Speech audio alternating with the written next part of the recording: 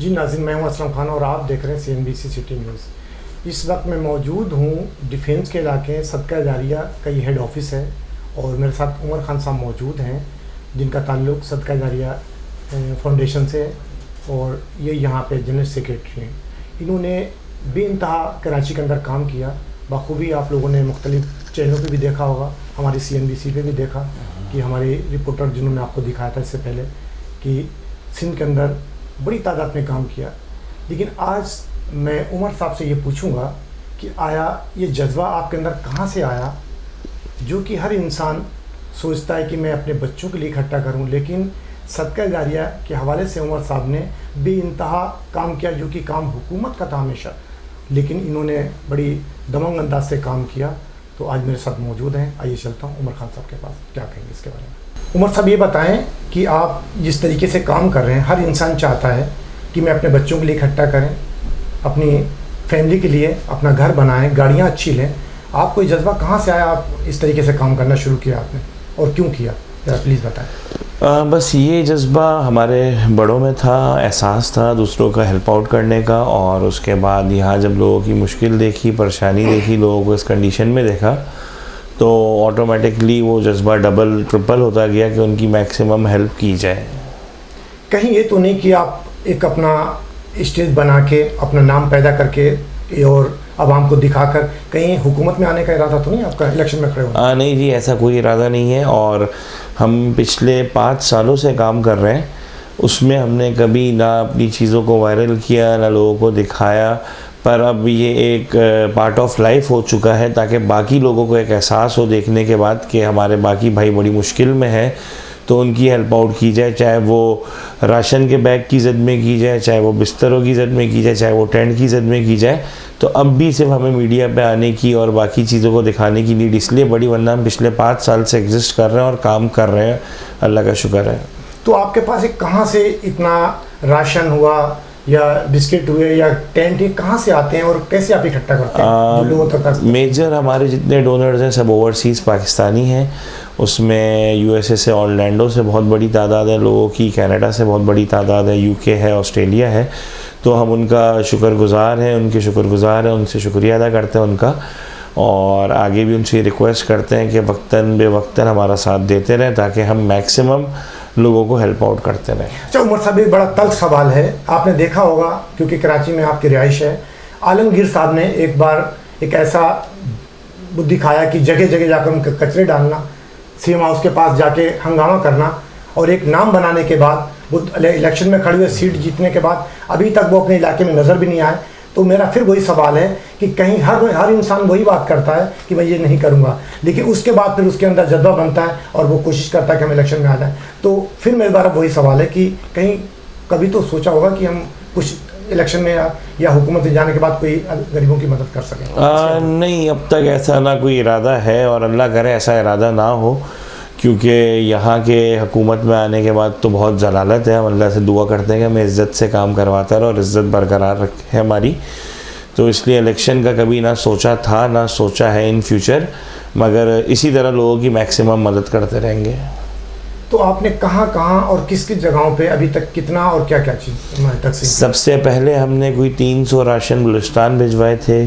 उसके बाद एक ट्रक हमारा ठट्टा के पास जो मुतासरीन हैं उनके लिए गया था। उसके बाद 2 ट्रक हमारे सेवन शरीफ के करीब गए थे, वहाँ मुख्तलिफ़ डिस्ट्रिक्ट्स में हमने काम किया, जिसमें 250 टेंट्स थे, 500 राशन थे और गुडी बैग्स थे, स्नैक बैग्स थे, जूसेस, पानी और कंबल थे, बिस्तरे थे। उसके बाद जब हमने उसके आगे बढ़े हैदराबाद के बाईपास की तरफ, तो हमने रियलाइज़ किया कि लोगों के पास वो नहीं था, चप्पल नहीं थी बच्चों के पास ना। उनकी मेन रिक्वायरमेंट थी कि हमारे बच्चों को चप्पलें मिल जाए और मच्छरदानियाँ मिल जाएं। तो वो चीज़ हमने हैदराबाद ड्राइव में स्टार्ट की कि हमने अपने साथ मच्छरदानियाँ भी ऐड की और साथ बच्चों को चप्पलें दी, कपड़े दिए। फिर हम लोग टंडोवाला यार गए, वहाँ एक ट्रक का सामान हमने डिस्ट्रीब्यूट किया। अच्छा, वहाँ रेन इफेक्टीज़ ज़्यादा थे, वहाँ फ्लड वाले इफेक्टीज़ नहीं थे, उनके पास घर थे पर राशन और बाकी चीज़ें नहीं थी उनकी। तो वो सब हमने किया। अब इंशाल्लाह हम लोग कल लाड़काना और कंबर जा रहे हैं, वहाँ भी हमारा यही इरादा है। कम से कम 250 टेंट्स हैं, 500 के करीब राशन है, 1000 के करीब बिस्तरे हैं हमारे पास, 500 के करीब मच्छरदानियाँ हैं और बच्चों के लिए लातादाद चीज़ें हैं एक चीज़ जो हम ऐड कर रहे हैं, जो हमने, क्योंकि हम लोग पहले विज़िट करते हैं, उसके बाद वहाँ फैमिलीज़ देखते हैं, उसके बाद सामान लेके जाते हैं, तो इंशाल्लाह अगले ट्रिप्स में एक चीज़ जो हम ऐड कर रहे हैं, फैमिलीज़ में सीनियर सिटीजन्स भी बहुत हैं, पेशेंट्स भी बहुत हैं, तो जितनी अगली फैमिलीज़ हमारी वेरीफाइड हैं खैरपुर की और खेपरों की, उनके लिए हम लोग चारपाई भी ऐड कर रहे हैं, 1 से 2 चारपाइयाँ, एक टेंट और मच्छरदानी देंगे, ताकि जब तक वो लोग अपने घरों से बाहर हैं तो एक उनके हिसाब से वो कंफर्ट जोन में रहें वहाँ पे। आप सिंध के अंदर काम कर रहे हैं, बलूचिस्तान के अंदर काम कर रहे हैं, क्या कभी आपने किसी हुक्मरान से कोई बात कर देखी कि यार मैं इतना काम कर रहा हूँ, आप मेरे साथ कुछ सपोर्ट करें ताकि हम किसी गरीबों की और इससे ज़्यादा मदद करते हैं, क्या ऐसा कभी हुआ? नहीं, हमने अब तक ऐसी कोई बात नहीं की, क्योंकि उम्मीद यही है कि कोई पॉजिटिव साइन नहीं आना, और उस चीज़ में हम टाइम वेस्ट करना नहीं चाह रहे थे। अपने हिसाब से हम जितना मैनेज कर सकते हैं कर रहे हैं। कहीं कहीं हमें पाकिस्तान रेंजर्स की सपोर्ट मिली है, सिंध पुलिस की सपोर्ट मिली है, और उनका हम शुक्रगुजार हैं। और जहाँ चीज़ें मिसमैनेज हो रही थी वहाँ रेंजर्स ने ऑन द टाइम आके कंट्रोल की और उसको हमारे साथ फिर लोगों में चीज़ें डिस्ट्रीब्यूट करवाई, मगर बाकी ऐसा हमारा कोई किसी से रब्ता नहीं हुआ। अच्छा, बहुत सी एनजीओ इस तरीके से भी काम कर रही हैं कि जब बहुत सी कराची के अंदर मैंने देखा कि जिनको मैं ज़ाती तौर पे भी जानता हूँ, उनके अपने घर में खाने को नहीं, लेकिन उन्होंने एक एनजीओ बनाई हुई और वो लोगों की मदद करते हैं, लेकिन जब कोई देता है तो वो करते, वरना वो उसी वजह से अपना खर्चा चलाते हैं। तो उन लोगों को क्या मैसेज देंगे आप?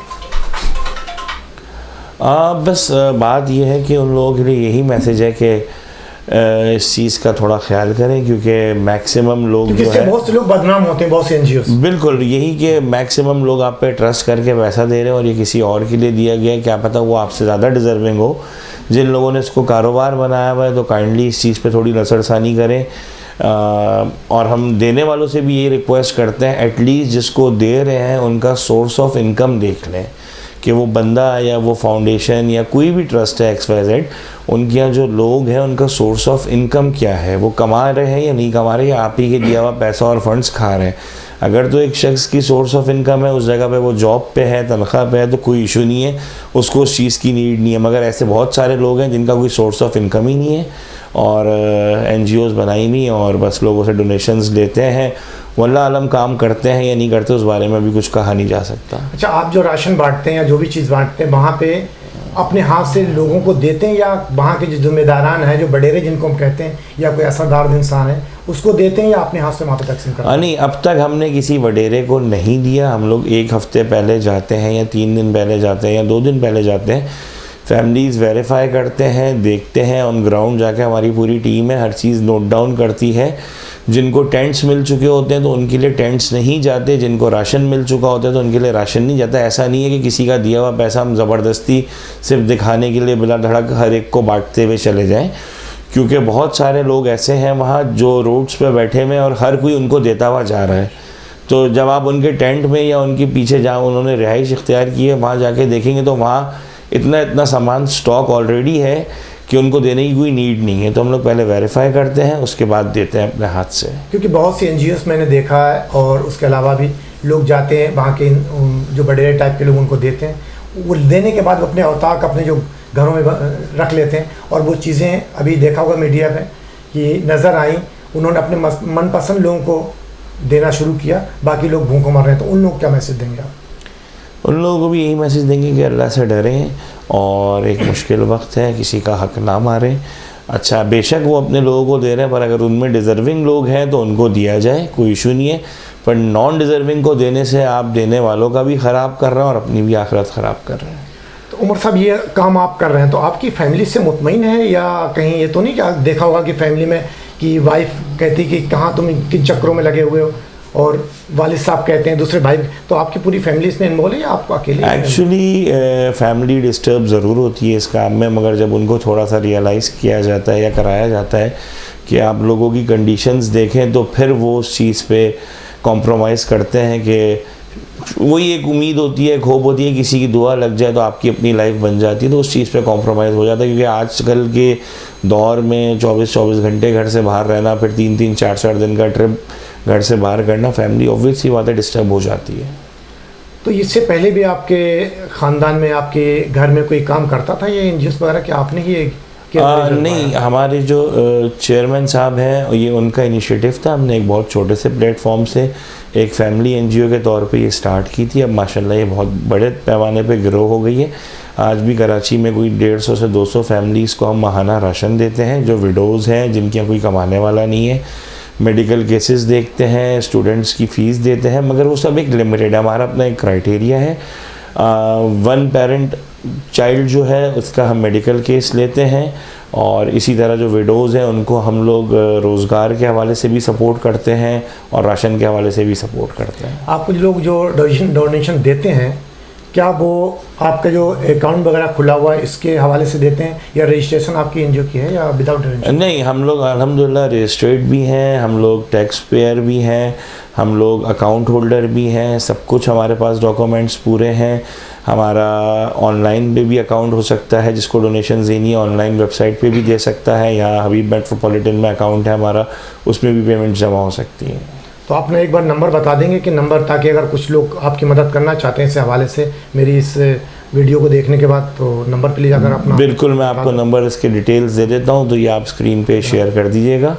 हबीब मेट्रोपॉलिटन खैबान जामी ब्रांच का नंबर है, और ऑनलाइन हमारी वेबसाइट पर जाके डोनेशंस हो सकती हैं। वर्ल्ड वाइड दुनिया भर में कहीं से भी लोग जब दिल चाहे डोनेशन ऑनलाइन कर सकते हैं। नाज़रीन, ये थे उमर साहब जिनकी आपने गुफ्तगू सुनी, और मैंने बड़े तल्ख सवाल किए, लेकिन इनका कहना था कि हमें जो भी मिलता हम अपनी मदद आपके तहत, या मेरे जो दोस्त दूसरे मुल्क में बैठे हुए हैं वो हमें डोनेशन देते हैं, और हम बाकायदा ईमानदारी से जिसका हक़ है उस तक पहुंचाते हैं। जिसने दिया उसको भी ये पता होना चाहिए कि इसके ज़रिए कि आखिर ये उमर खान साहब जो देते भी हैं, आया लोगों के साथ, ये तो नहीं कि घरों में रख लेते हैं, क्योंकि आपने देखा था, और मैं दिखाऊंगा भी इसमें, आप देखिएगा स्क्रीन पे कि इन्होंने क्या चीज़ें दी, कहाँ दी और किस किस इलाके में दी। इंशाल्लाह आप लोग, तमाम लोग इनकी मदद करें, और इंशाल्लाह कल किसी और नए मेहमान के साथ आपसे मुलाकात होगी, नए मौजू के साथ इंशाल्लाह। जब तक लिए अपने मेज़बान असलम खान को इजाज़त दीजिए। अल्लाह हाफिज़। पाकिस्तान जिंदाबाद। इस वीडियो को लाइक करें, हमारे चैनल को सब्सक्राइब कर बेल आइकन ज़रूर प्रेस करें हमारी न्यू वीडियो सबसे पहले देखने के लिए।